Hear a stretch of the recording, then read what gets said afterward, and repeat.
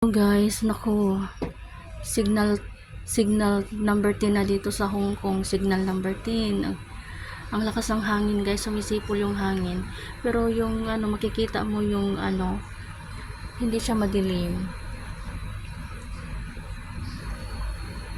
Ang paligid ng Hong Kong, ito yung paligid ng Hong Kong ngayon. Typhoon dito ngayon, lakas ng hangin, lakas ng ulan, pero grabe ang hangin guys, sumisipol talaga ang hangin.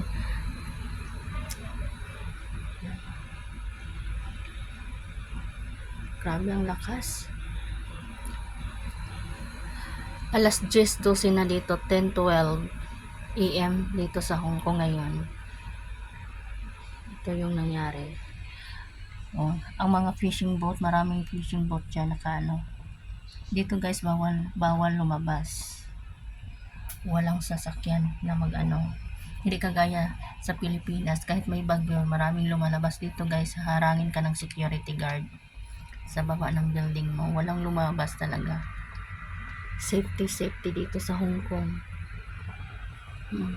Dito ako kumuha ng video sa bintana ng aming kwarto. Yan, fishing boat yan. Yan sa baba. Lakas talaga ng hangin. Grabe. Ingat mga kababayan, keep safe everyone. Signal number 10 po tayo ngayon sa typhoon dito sa Hong Kong. Grabe. Lord, huwag mo nang palakasin yung hangin, nakakatakot.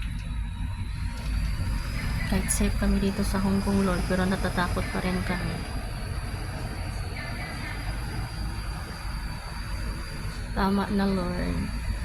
Nakakatakot na. Takot na kami.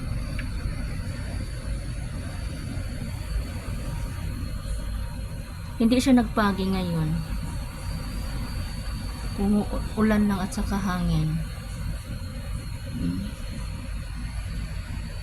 Tingnan mong kalangitan.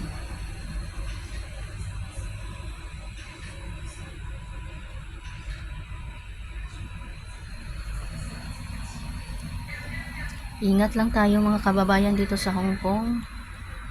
Huwag lumabas. Holiday ngayon, Sunday ngayon, pero huwag kayong lumabas. Wala naman tayong masasakyan.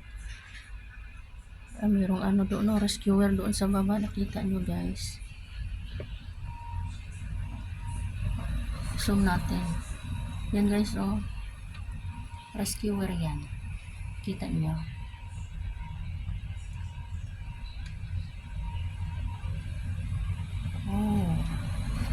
Sino kaya na-rescue? Nakita nyo guys, may rescuer. Malayo kasi nandito ako sa 67th floor. Ayan guys, ingat lang po guys. Ito ngayon ang update natin ngayon dito sa Hong Kong. Ang sitwasyon dito ngayon sa Hong Kong, pero safe naman kami, pero natakot pa rin kami, Lord. Natakot pa rin kami kahit safe kami dito, pero nakakatakot. Sino ba naman yung bagyo? Kaya ingat po tayo guys. Have a good day. Happy Sunday everyone.